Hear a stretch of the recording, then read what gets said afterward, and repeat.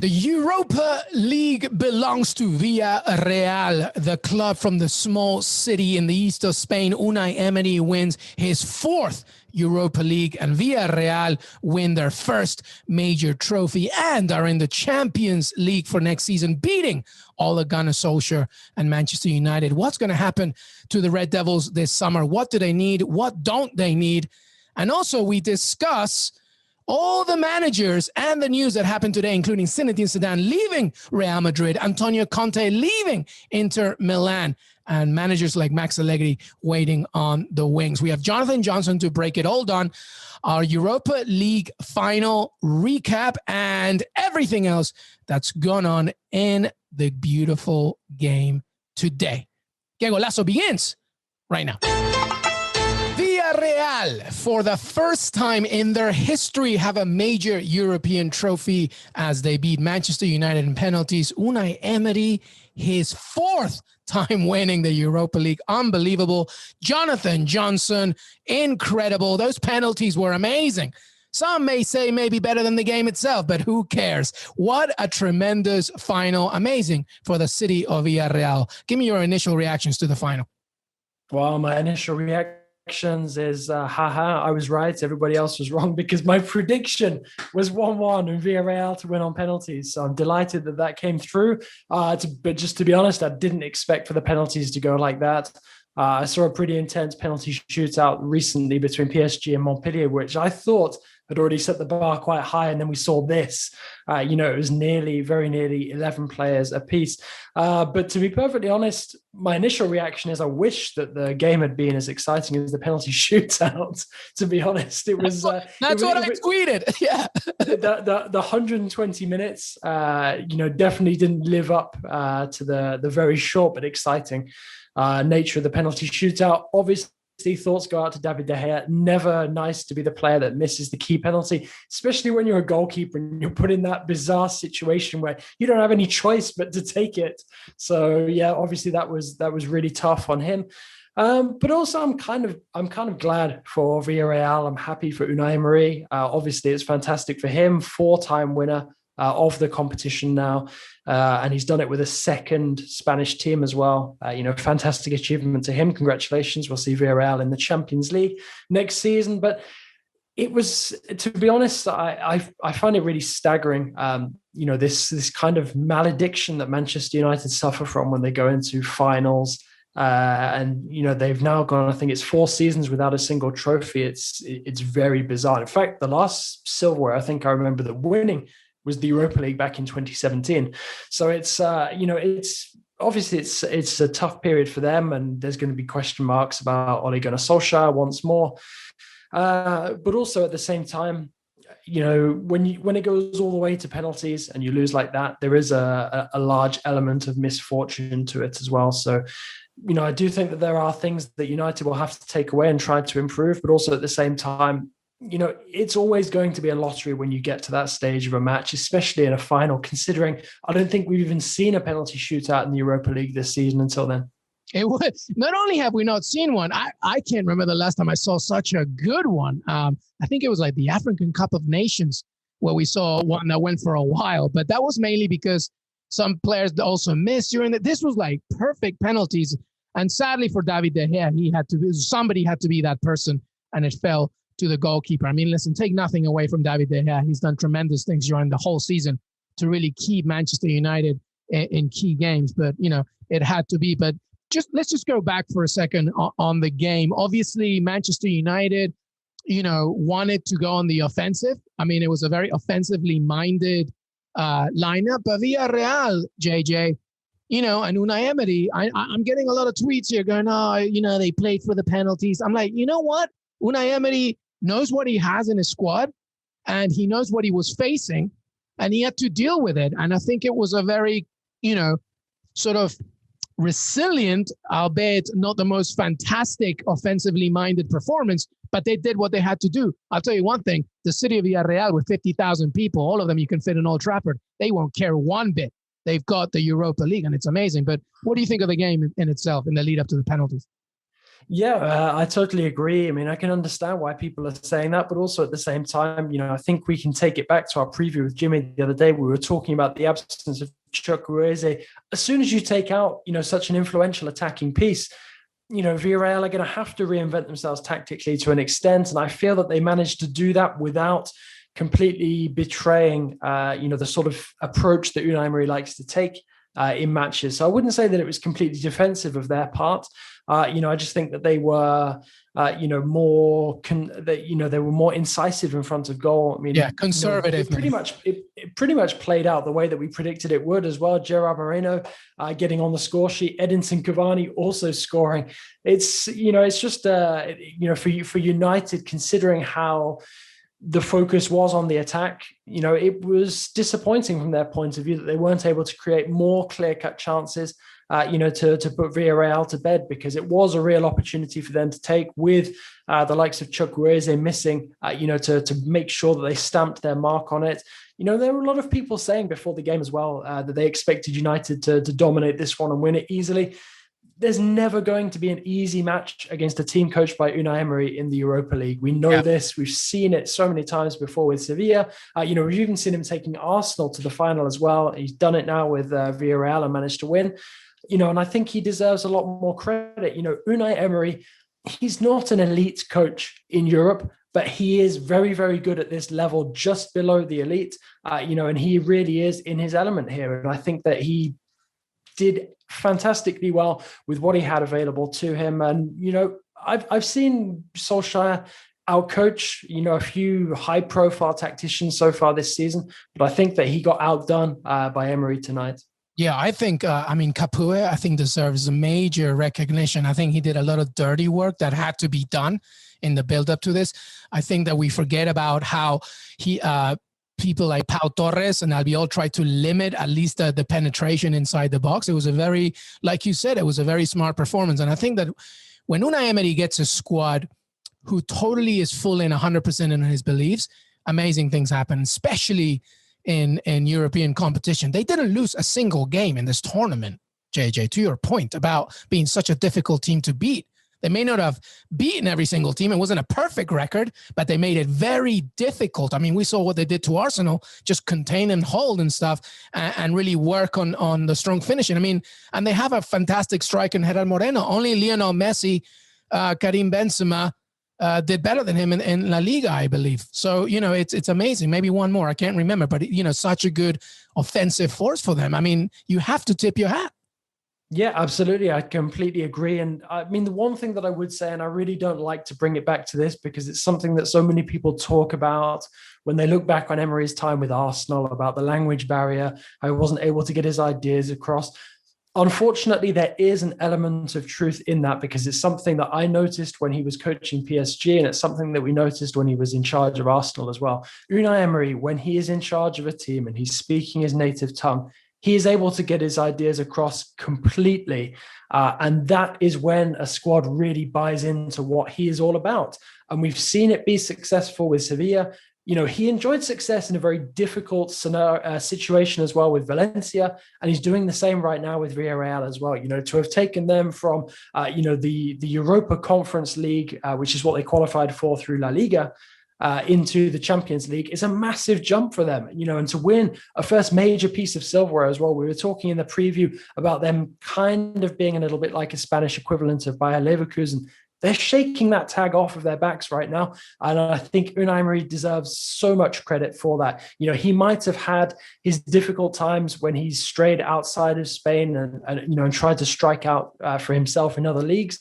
But when he's come back to what he knows best, when he's able to get those ideas across, and a team buys into it, they're very, very difficult to stop, and I think he deserves tremendous credit for this achievement.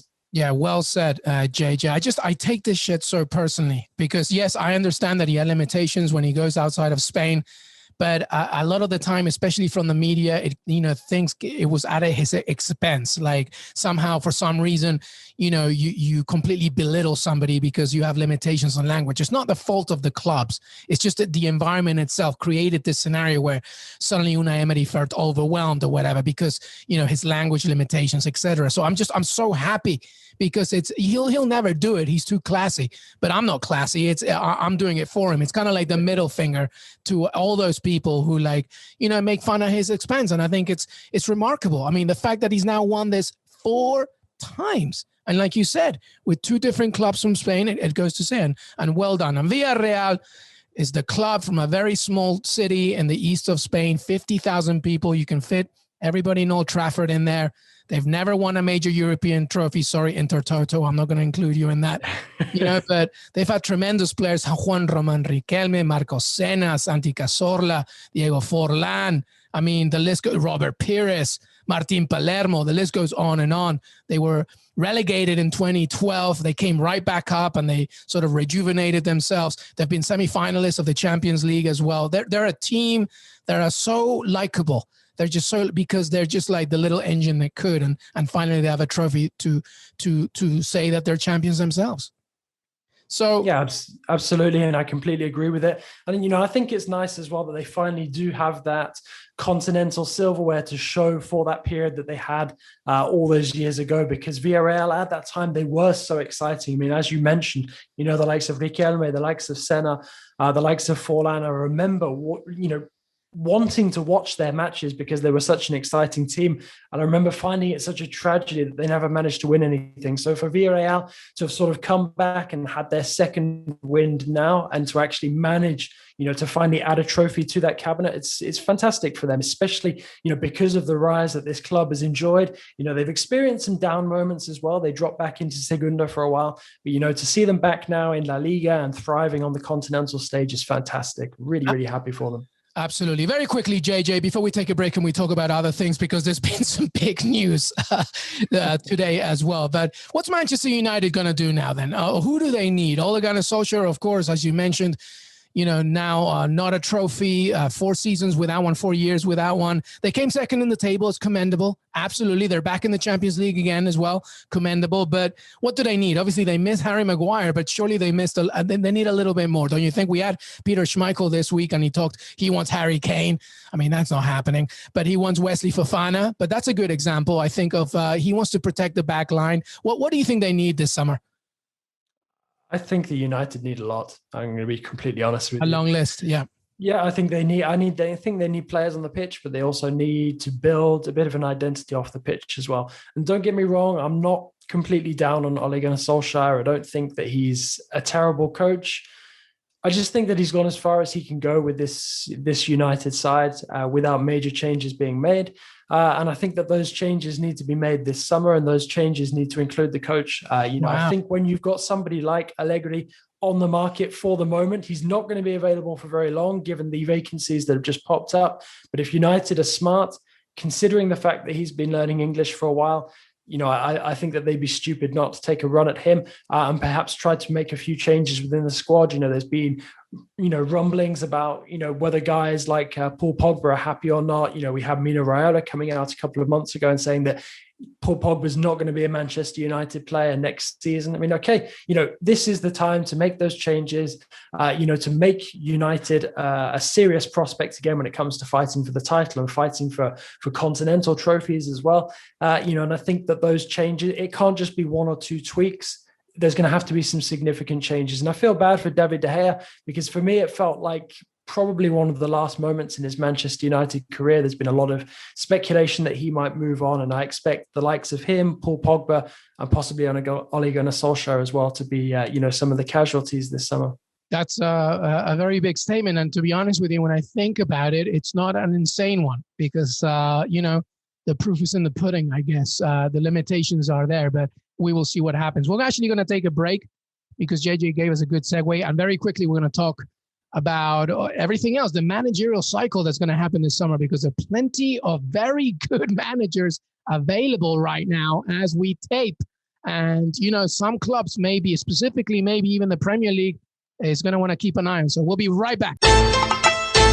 Hey everybody, welcome back to Qué Golazo, our Europa League final recap. We've talked about Villarreal beating Manchester United, so now we're going to talk because big news happened today because this game of ours never stops. Antonio Conte, first of all, JJ is out. I think that this is a very good proof of what success means in this day and age. Regardless of winning Scudetto, Inter have financial problems. Conte wasn't happy with the limitations and didn't meet his objectives as well. So Antonio Conte, first on that one, what do you make of that? Oh, obviously, it's very disappointing. I think there's quite a sad trend at this moment in time of teams winning, teams succeeding after a long period of not doing anything. And then those successes being undermined by what comes next. We've got Inter, having celebrated their first title in a decade, or it's the first title in Italy that's not been won by Juventus for a decade. And I think the last time another club won it was Inter. And then suddenly, their celebrations are cut short by the fact that their coach is going to be leaving.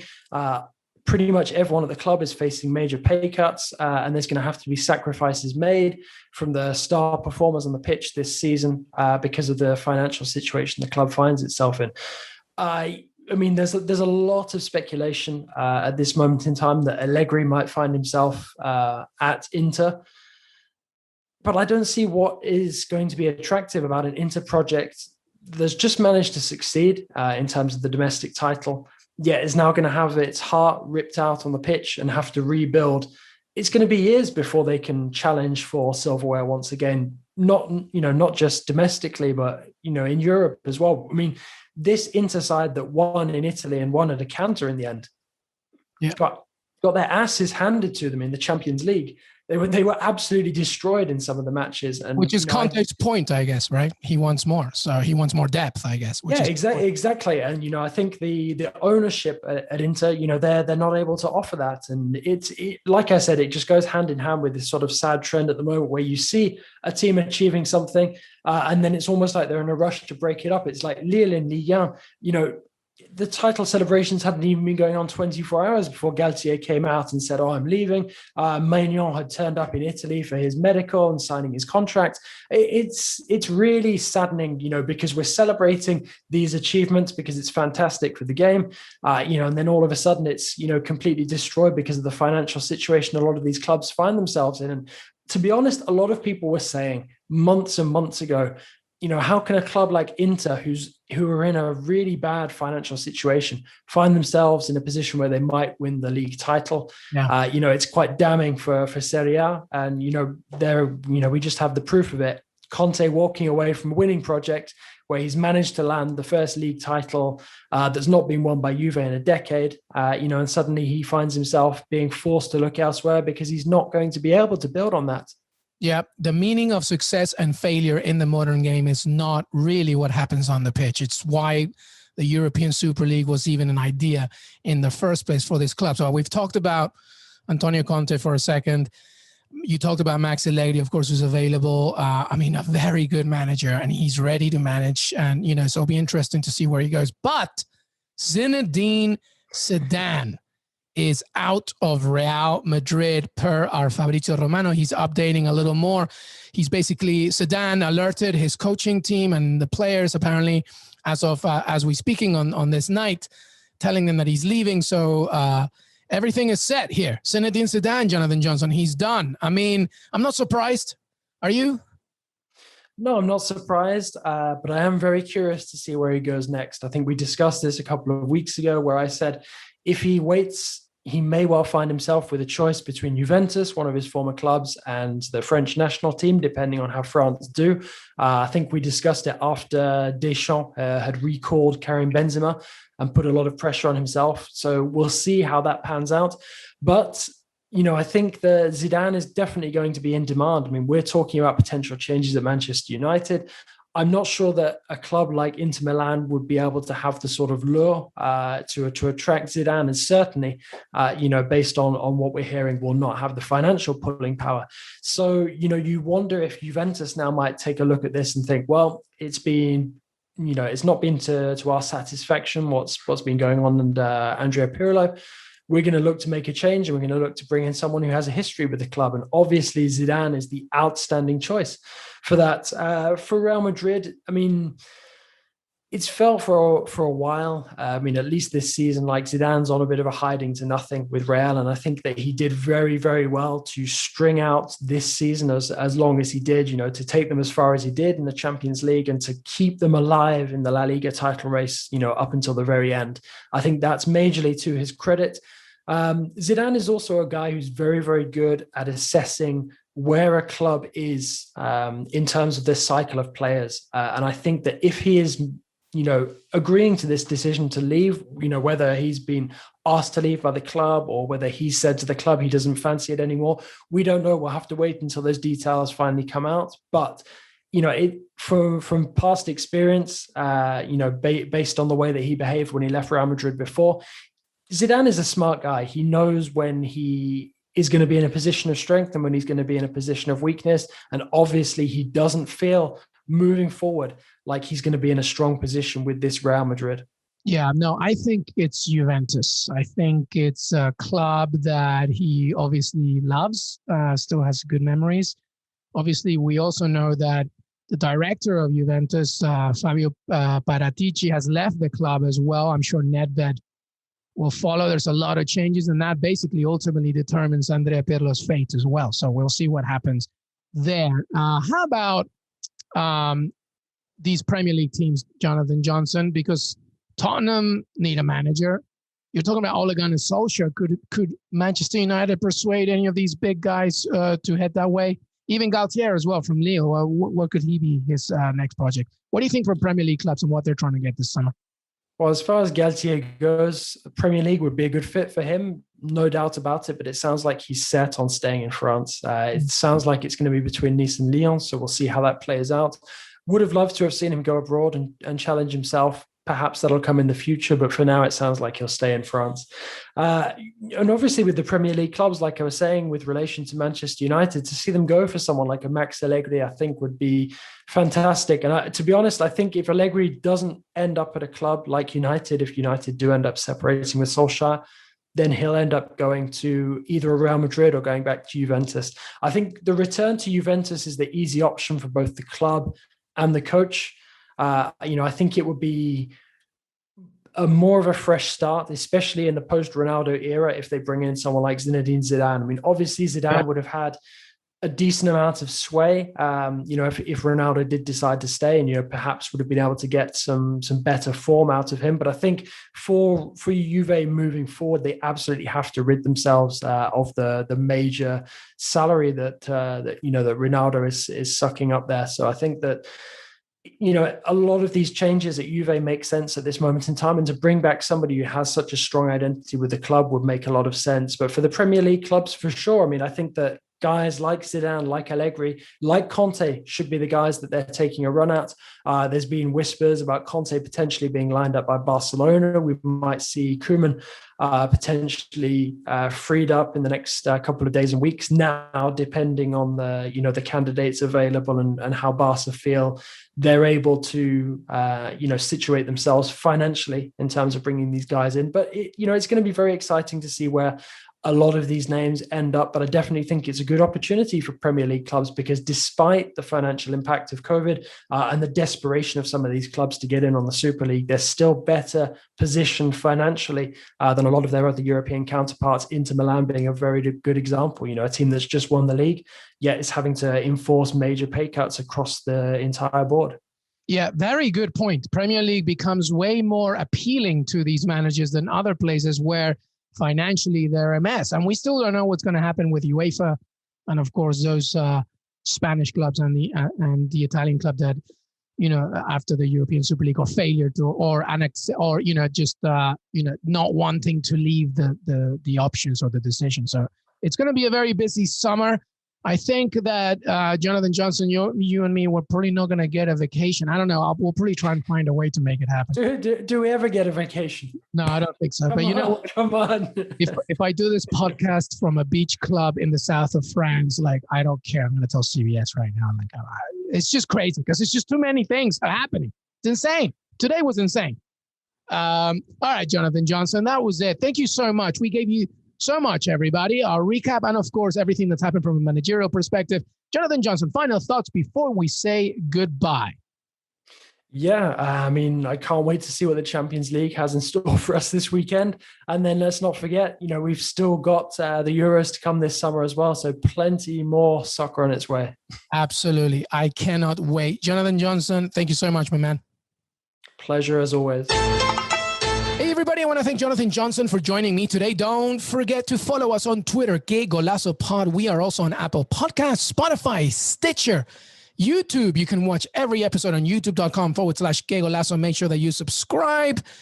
I am on Twitter, LMHegaray as well. Jonathan Johnson with John_LeGossip as well. Make sure that you go on cbsports.com for more content. And we have the Champions League final between Manchester City and Chelsea. Our preview coming out as well. Plenty to give you from Qué Golazo. Have a great, great day.